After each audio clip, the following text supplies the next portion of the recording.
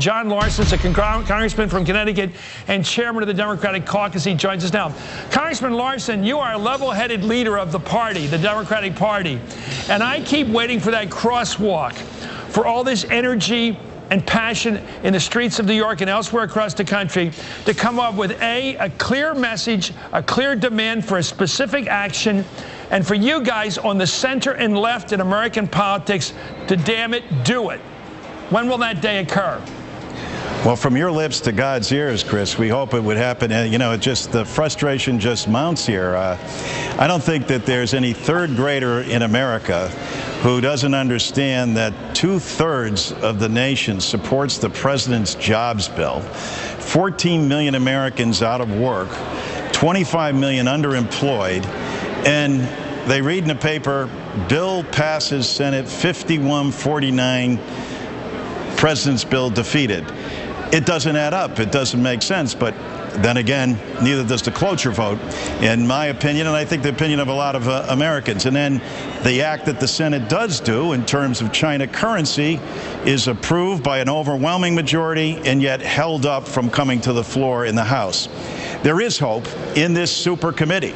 And I think the efforts of people who have taken this frustration to the streets are important. Now, whether or not we're able to tap into that, when I say we, I mean the country.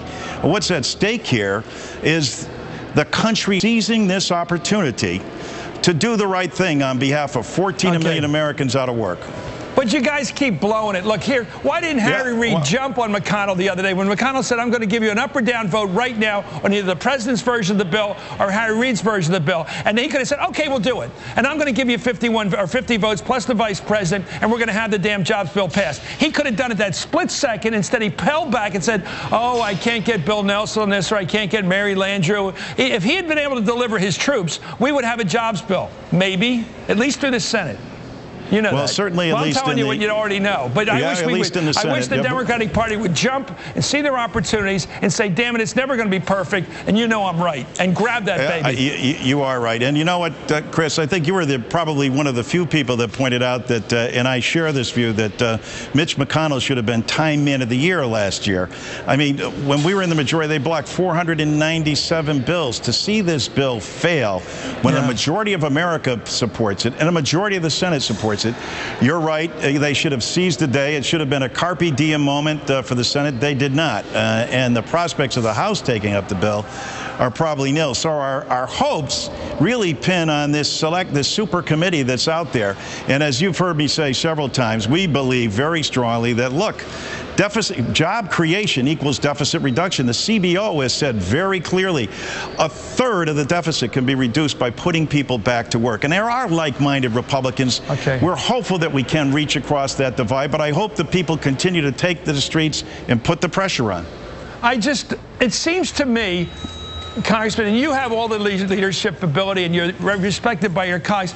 It just seems to me this tax structure is going to get changed eventually, I suppose. Maybe you'll get rid of capital gains treatment, maybe someday in 100 years. But the job situation's right now. You've got an unemployment situation. Looks like it's going to stay with us for 2 or 3 years, around 10%. It may go back up by over 10. We don't know. Isn't it seem it's time to do something more than just even this bill and to really put 2 or 3 million people to work right now? It'd be a healthier country.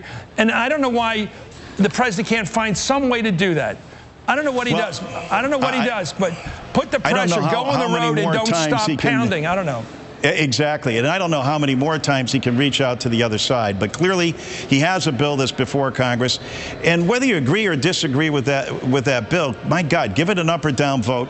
We know that it's got a majority of the Senate that supports it by virtue of the vote yesterday. Take the bill up, for God's sake. Include Eric Cantor's proposals. Include Mitch McConnell's proposals. But let's act on behalf of the American people. That's the frustration of the Wall Street movement, is that there's no action down here, and it's all caught up in inside the Beltway jargon.